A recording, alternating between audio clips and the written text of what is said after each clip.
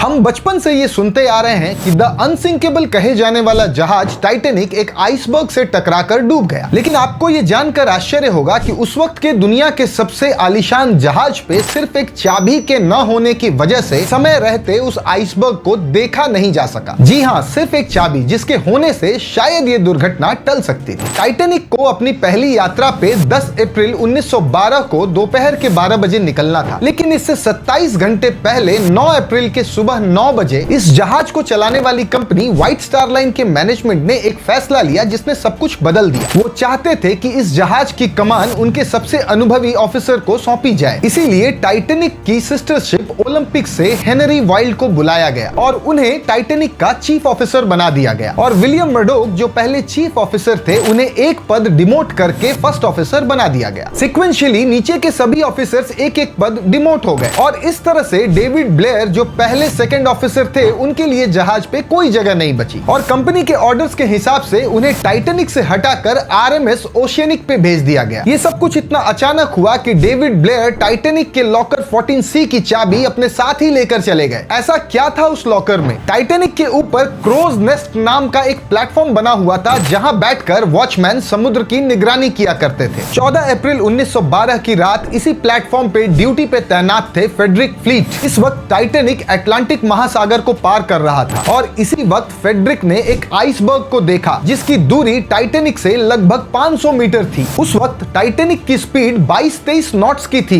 यानी लगभग 40-42 किलोमीटर प्रति घंटे। और इस स्पीड पे टाइटैनिक जैसे जहाज को मोड़ने के लिए लगभग 1.5 किलोमीटर के जगह की जरूरत थी। लेकिन अब सवाल यह है कि उस चाबी के होने से यह हादसा कैसे टल सकता था? दरअसल ये चाबी उस लॉकर की थी जिसमें दूरबीन रखी हुई थी। अगर ये दूरबीन उनके पास उस वक्त होती तो लगभग 2 किलोमीटर पहले ही इस आइसबर्ग को देख लिया जाता और शायद ये दुर्घटना टल जाती। पर किस्मत को कुछ और ही मंजूर था। टाइटैनिक उस आइसबर्ग से टकरा गई और हमेशा के लिए समुद्र की गहराइयों में समा गई। क्या आप जानते हैं उस लॉकर 14C की चाबी आज कहां है? 2007 में इस चाबी को नीलाम किया गया और एक चाइनीज खरीदार ने इसे 90 लाख रुपए में खरीदा। अगर टाइटैनिक की ये अनकही कहानी आपको पसंद आई हो तो इस वीडियो को लाइक जरूर कीजिए।